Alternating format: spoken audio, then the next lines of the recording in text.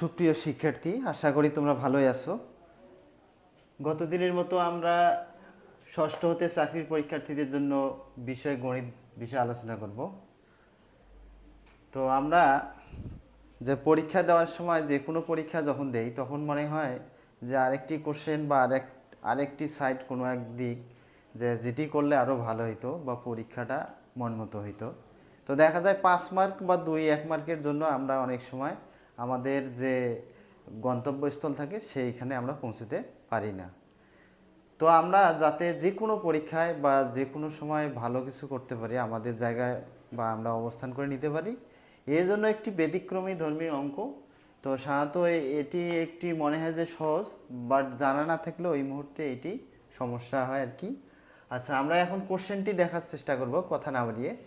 4 অঙ্কের কোনো ক্ষুদ্রতম সংখ্যা দ্বারা 1 8 8 3 4 এবং আছে 2 2 5 6 কে ভাগ দিলে একই অবশিষ্ট থাকবে। অর্থাৎ এমন 4 অঙ্কের ক্ষুদ্রতম সংখ্যা নিতে হবে যাকে এই সংখ্যাটাকে ভাগ করতে হবে এবং এই সংখ্যাটাকে ভাগ করার পর অবশিষ্ট একই থাকবে।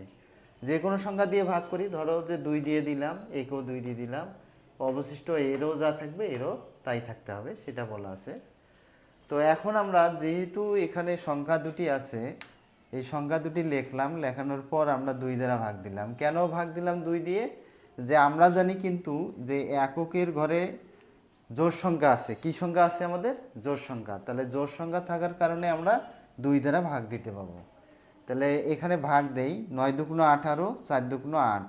3-এর মধ্যে 2 কতবার? একবার থাকে, 1 দিলাম। 3-এর মধ্যে 2 একবার গেলে আরও থাকে 1 থাকে, 14 হলো, 7 দুগুণ 14।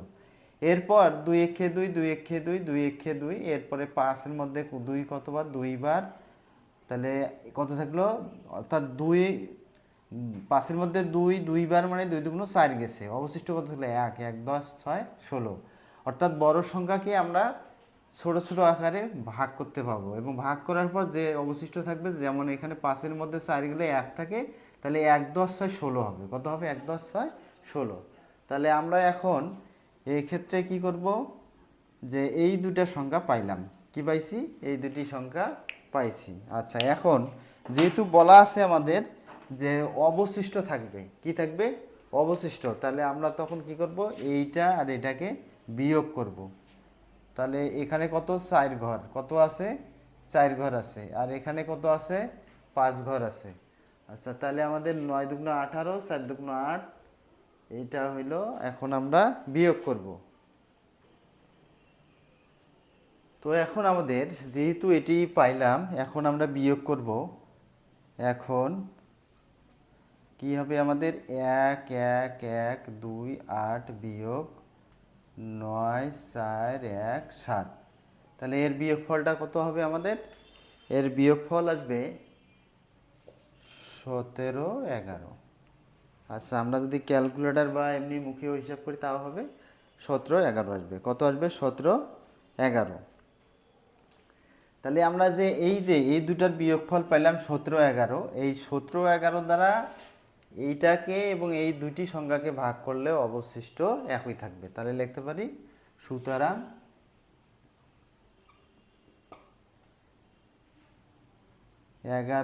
17 11 11 দ্বারা প্রদত্ত সংখ্যা দুটিকে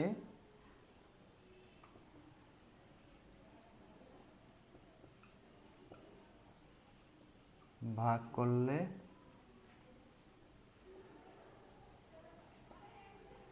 অবশিষ্ট একই থাকবে। তাহলে কি হলো? অবশিষ্ট একই থাকবে। তাহলে আমরা এই দুটো বিয়োগ করার পরে কি করব? যে সংখ্যাটা পাবো এই সংখ্যা দ্বারা যদি দুটাকেই আমরা কি করি? ভাগ করি, তাহলে অবশিষ্ট একই থাকবে। তো বিষয়টি আশা করি তোমরা বুঝতে পেরেছো। শেষ পর্যন্ত ভিডিওটি দেখার জন্য সবাইকে অশেষ ধন্যবাদ।